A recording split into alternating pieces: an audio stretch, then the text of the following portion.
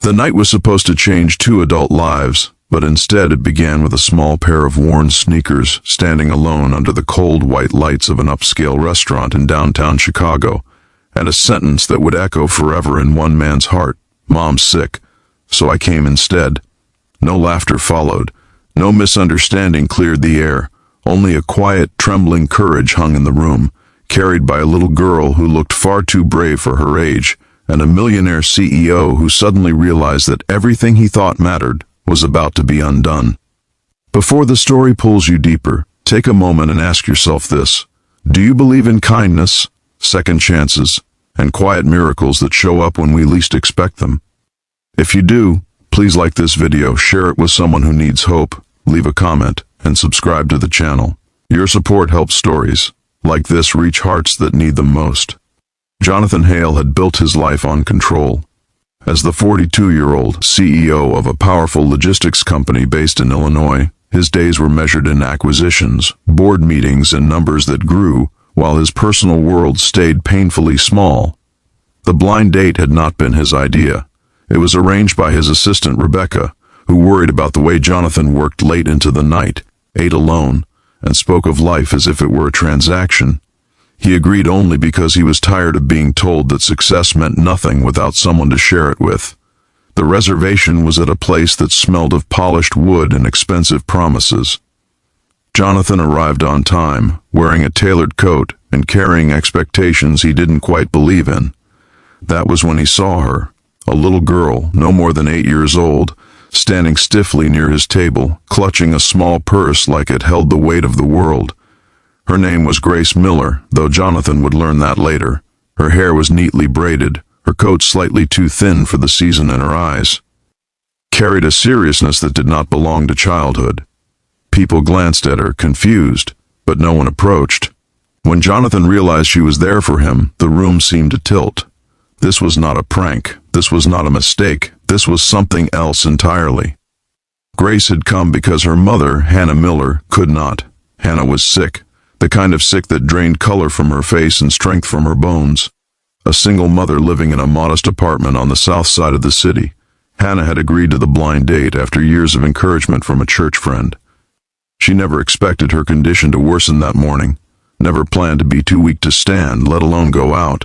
And when Grace saw her mother crying quietly at the kitchen table, she made a decision that no child should have to make. She would go, not to pretend, not to deceive, but to explain, to protect her mother from disappointment and from the silence that comes when hope is canceled. Jonathan listened as the situation unfolded, not through spoken back and forth, but through the heavy truth of circumstances that needed no dialogue. He understood enough from the girl's presence, her paperwork clutched tight, and the way she held herself together like fragile glass. He should have left. Any rational man would have. Instead, he sat down. He ordered food she could eat. He stayed. That night did not look like a date. It looked like two lives briefly intersecting under soft lighting and quiet music. Jonathan learned about Grace's love for drawing, about how she helped her mom by warming soup and counting pills. Grace learned that Jonathan worked too much and had no family nearby. Something subtle shifted in him. The world he had built suddenly felt loud and empty compared to the quiet resilience sitting across from him. In the weeks that followed, Jonathan found himself unable to forget the little girl or her mother. He sent groceries anonymously. He asked Rebecca to quietly check on Hannah's condition through local connections. When Hannah finally learned where her daughter had gone that night, shame and fear flooded her. She expected anger. Instead, what arrived was a handwritten note wishing her healing and reminding her that her daughter was extraordinary. Hannah and Jonathan eventually met, not as a romantic setup, but as two adults bound by concern for a child who had bridged a gap neither of them knew existed. Hannah was gentle, soft-spoken, and deeply faithful. Her illness had taken her job, her savings, and nearly her hope. Jonathan saw in her a strength that had nothing to do with money. He helped with medical care, but more importantly, he showed up. Slowly, consistently, without trying to be a hero.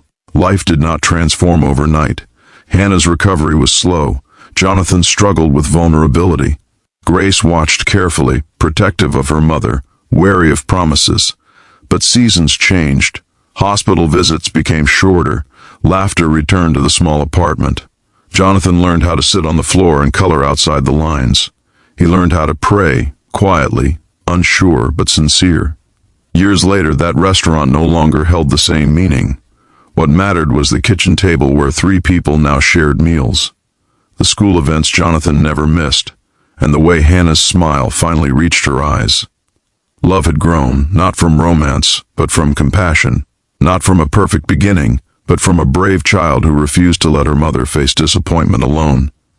If this story has touched your heart so far, if you felt that quiet ache or hope stirring inside you, please take a moment to like this video and share it with someone who believes that love can arrive in unexpected ways.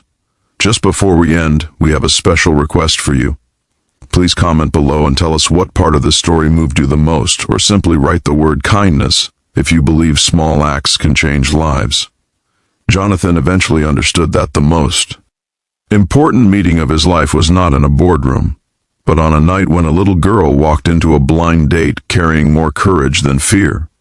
And Grace grew up knowing that even when life asks too much of you too early, goodness can still answer back. If this story stayed with you, if it made you feel something real, please engage with this video from the heart. Your support keeps stories like this alive, reaching others who are waiting for their own second chance.